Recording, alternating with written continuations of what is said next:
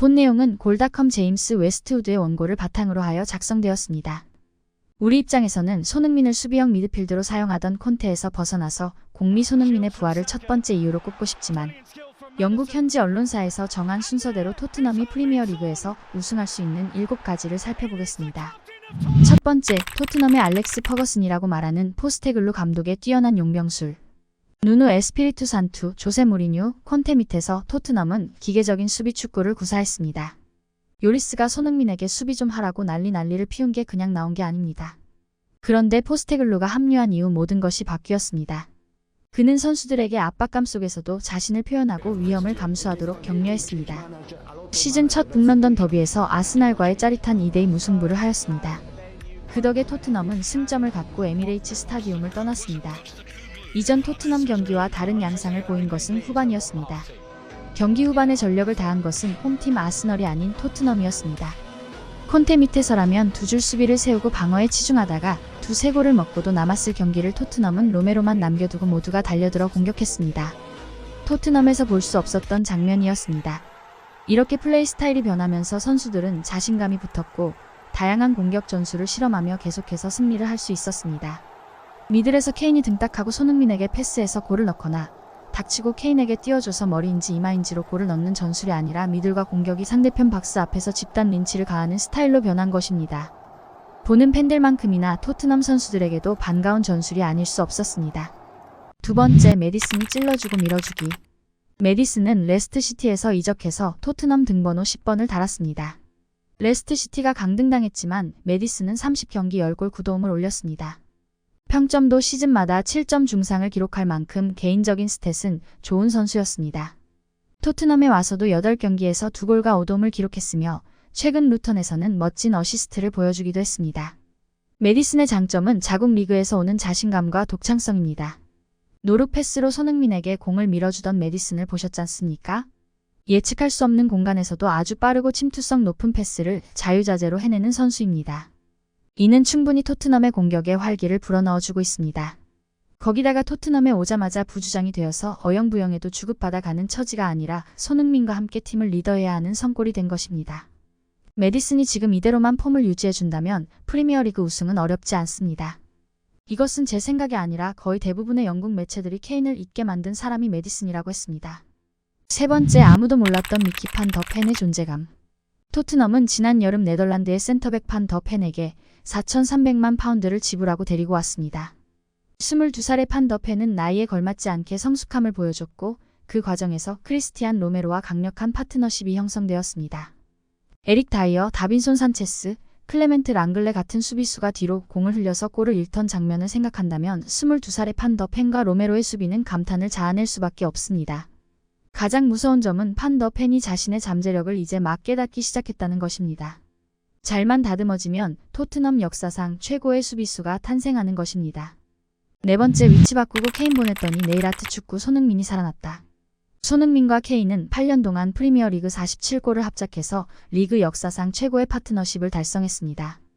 케인은 손흥민의 지원이 없었다면 토트넘의 역대 최다 득점자가 되지 못했을 것입니다. 왜냐하면 손흥민은 좋은 위치에서 공격수 파트너를 찾는 텔레파시 본능을 갖고 있는 것처럼 보였기 때문입니다. 손흥민은 주기적으로 호재가 있는 것처럼 보였지만 상대편 골대 앞에 서 있는 사람은 언제나 케인이었습니다. 하지만 포스테코글루 감독이 부임하고 손흥민을 새 주장으로 지명했지만 처음에는 그를 왼쪽 측면에서 평소 역할을 유지했습니다. 31살인 손흥민은 새 시즌 첫 3번의 프리미어리그 경기에서 득점에 실패했고 9월 2일 벌리와의 원정 경기에서 손톱에 서달라는 요청을 받았습니다. 그리고 토트넘은 벌리전에서 5대2로 승리했고 손흥민은 눈부신 해트트릭을 달성했습니다. 그는 높은 라인을 여러 차례 활용했으며 지능적인 움직임으로 멋진 마무리를 해냈습니다.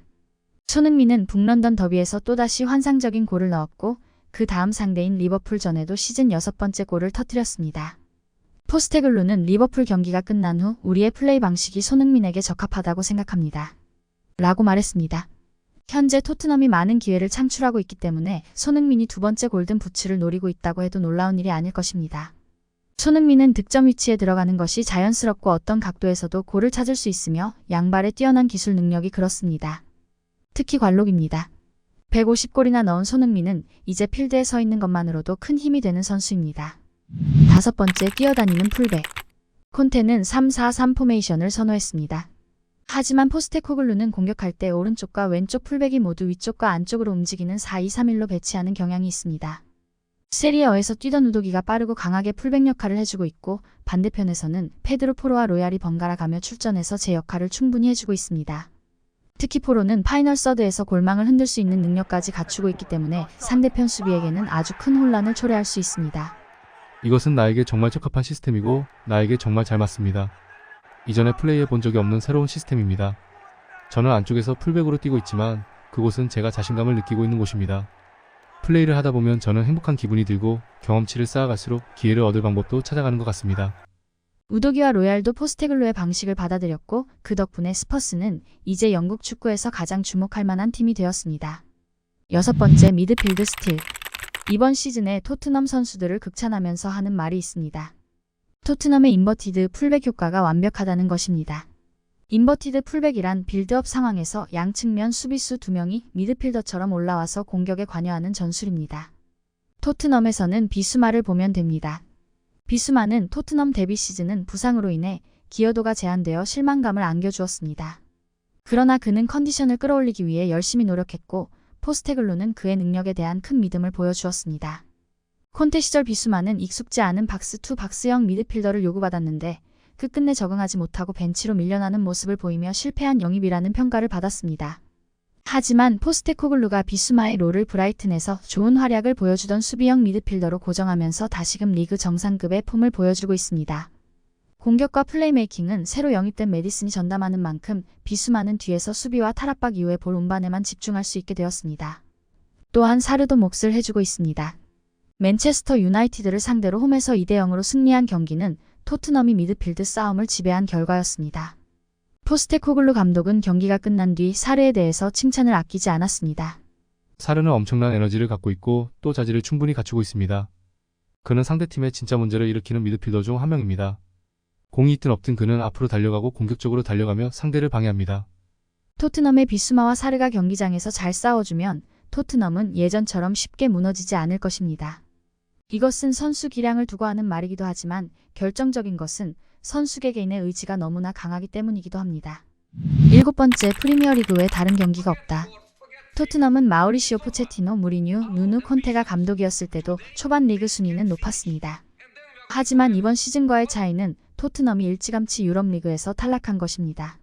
토트넘이 프리미어리그 트로피를 두고 계속해서 맨시티와 아스날에 도전하는 사이에도 그 두 팀은 훨씬 거친 다른 리그 경기를 소화해내야 합니다. 그것도 일주일에 2경기나 하기 때문에 선수 관리가 상당히 어려울 것입니다. 그렇기 때문에 앞서 이야기했던 토트넘 핵심 선수의 부상만 피할 수 있다면 리그 우승은 그리 어렵지 않을 것입니다. 이상 토트넘이 우승할 수 있는 7가지 이유를 봤습니다. 영국 현지에서 점치는 거라 저희가 억지로 짜낸 블루핑이 아닙니다. 한 경기 한 경기 차근차근 밟아나간다면 언젠가 희망이 현실이 될 것입니다.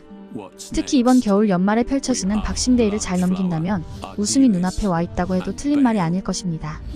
남자는 뭐? 자신감 아니겠습니까? 시청해주셔서 고맙습니다. 구독과 좋아요는 저에게는 그냥 무한 고마움입니다. Daring to try, daring to risk, daring to dream. To dare is to do.